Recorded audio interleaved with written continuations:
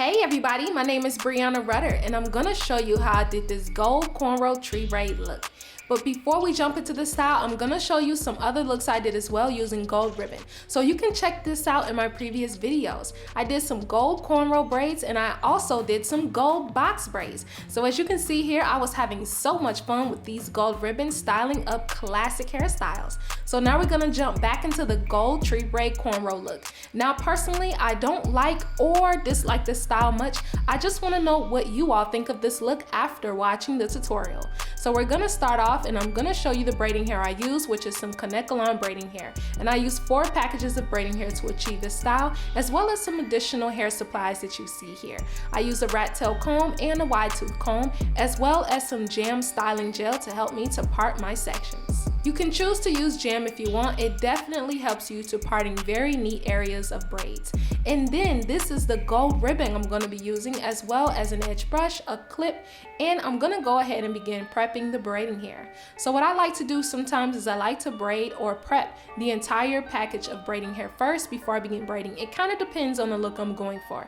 But I do notice that when I prep an entire package of braiding hair, it adds to a lot of wasted hair. So you can actually just prep it individually if that's your choice. But to make it easier for me, since I'm doing tree braid cornrows, I like to prep one entire package of hair.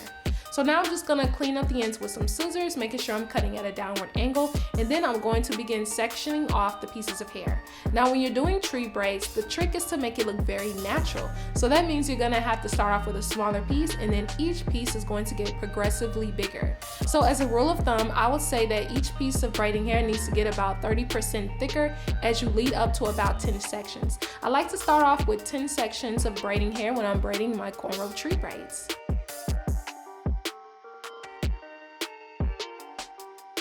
So as you can see here, after I finish braiding, I like to tie the rest of the hair in a big knot so that it doesn't get tangled and so I can use it later. And these are all the pieces that I have here, each piece getting slightly bigger and bigger so that it can make the braid look very natural. I'm going to be braiding 7 tree braids on my head, and each tree braid is 2 cornrow braids. So I'm gonna have a total of 14 cornrow braids, but each 2 braids form a tree braid, which means I'm going to have 7 tree braids on my head. So I'm just pre-parting the very front of my hairline to give me an idea of how thick each tree braid needs to be. This is very helpful, so that way all your tree braids look even in size. So here you have it, my 7 pre-sectioned pieces. So now we're gonna start off on my right side, and I'm using edge control to slick it onto my part, so that way it can make my part very neat. This helps your braids to look very clean and seamless when you're going from one cornrow braid to the next. Now you don't have to use edge control if you don't want to, but it definitely helps make your braids look very neat. So if you're someone who likes to wear braids regularly in your hair, then it's a must that you have some edge control always on supply. So now I'm just using the ends of my rat tail comb to clean it up and adding further edge control. Now I'm going to divide the section into 2 because 2 cornrow braids are required for you to make 1 tree braid. So now I'm using some clips to keep that hair section out of the way because that's going to be my second cornrow braid. Now we're going to begin prepping with that tiny little piece of hair, because remember, each piece needs to get progressively bigger to make your braids look very seamless. So now when you're prepping your hands around your braiding hair, you're going to use your right hand and you're going to use your 3 remaining fingers to hold that hair. Then you're going to use your left hand to keep the hair out of the way as you rotate your right hand around and pinch with your index and thumb. And these are going to be the 3 legs for your braid. And you also want to make sure that you pre-section some gold ribbons so that way you can feed it around your cornrow braid. Each gold ribbon is going to go into 2 cornrows, and I'm going to show you exactly how that looks. So we're going to begin braiding, and I like to start braiding my actual cornrow about 1/4 inch away from my hairline. So that way I'm not putting any unnecessary tension on my edges because that can result in thinning. So make sure just to start a little bit of ways back. Now you're going to hook your next section of hair underneath your index finger, and then you're going to continue braiding as if the hair was there the whole time. So every time you add new hair, you just hook it under. Now we're hooking the gold ribbon underneath our index finger, making sure that the shiny side is up. I tried so many different gold ribbons, and this is literally the only one that worked for this look, or that worked for the other looks that I did.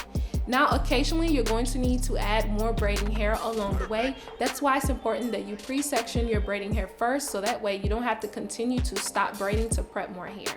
every time you braid about 3 to 4 times, you're gonna grab another ribbon and you're gonna hook it under your index finger with the shiny side facing up, as you can see here. So now we're gonna add some more braiding hair, and this is how you prep it in your hand, and then you hook it under your index and you just feed one leg into the middle and one leg to the right side, and then you continue braiding. So that way your braid gets a little thicker as it goes near the bottom.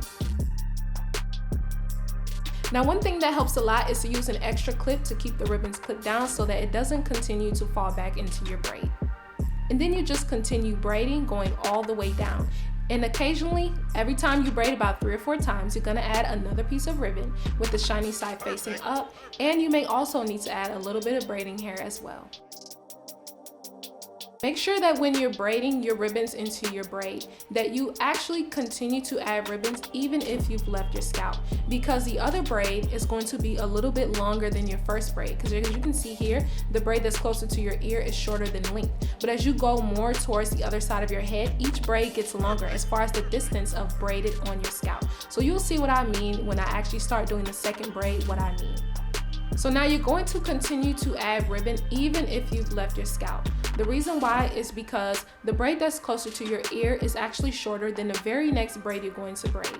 Because if you notice that the distance on your head at the very middle of your head is a lot longer going all the way back than the distance on your head that's closer to your ear. So this very first braid, you will need to add additional pieces of ribbon to the braid even though you've left your scalp.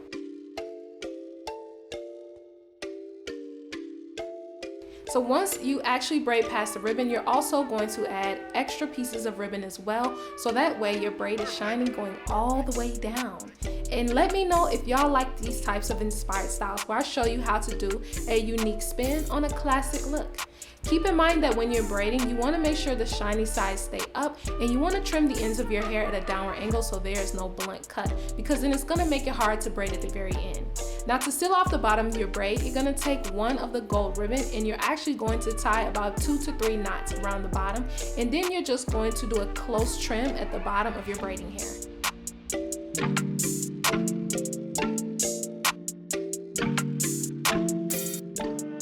Just take your scissors and you trim downward, so that way it looks very clean and neat, and then you just trim off the extra ribbon. Now for some extra style, I actually took some hair candy or hair jewelry and I actually put a little piece around the bottom of the ribbon, so that way it gave it extra security so that the braid wouldn't come unloose. Now what we're going to do is we're going to begin prepping for our second cornrow braid. And I like to make sure that I go ahead and prep 10 more pieces, because every tree braid, you want to make sure you prep around 10 to 15 pieces of braiding hair. And I'm going to prep the hair the same exact way in my fingers, and then I'm going to begin braiding. Now, as you're braiding your second cornrow braid, you're still going to need to add more braiding hair, so that way the braid is gradually getting thicker going all the way down to the back. This is the same technique as doing feed-in cornrow braids as well, but the difference with feed-in cornrow braids in this style is that you're actually going to overlap pieces of actual ribbon over the braid or pieces of braiding hair over the braid. So you can check out previous videos I've done where I've shown you how to do these actual tree braids with different colored braiding hair if you want to see how that looks. So now we're just going to continue braiding, and as you can see here, you're grabbing pieces of ribbon with the shiny side facing up, and then you're going to feed the ribbon on the left side of your braid, continuing to braid going all the way down.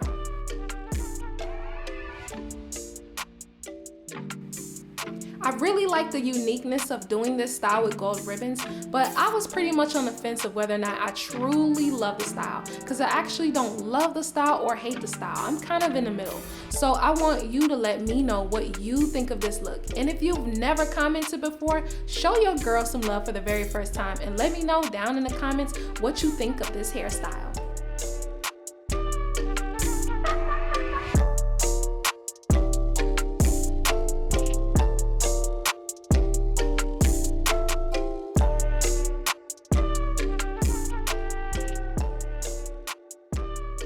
So as you can see, we're nearing the bottom of these cornrow tree braids, and remember the ribbons you had to continue to add. That's because it's going to allow you to end at the perfect area at the very back of your head for your second cornrow braid. That's why your first braid has to feed in additional pieces of ribbon even if you've left your scalp, so that way you can actually have enough ribbon to braid your second braid. Now we're going to grab some more ribbon and we're going to extend this glittery gold color down the length of the braid. Now if you have any flyaway ribbons portions that are sticking out and looking awkward, don't worry about it. We're gonna get to that later. You just trim it up with scissors so that this will be your end result.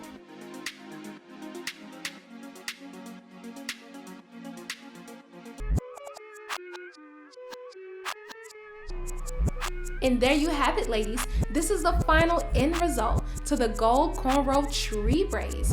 And I actually like the creative aspect of the style, but it wasn't necessarily my favorite. But if this is a look you like, let me know down below in the comments. And I want to show you some other styles that I did as well. These are the gold box braids as well as the gold cornrow braids. So if you want to see those looks, go ahead and check them out. And I'll catch y'all next time.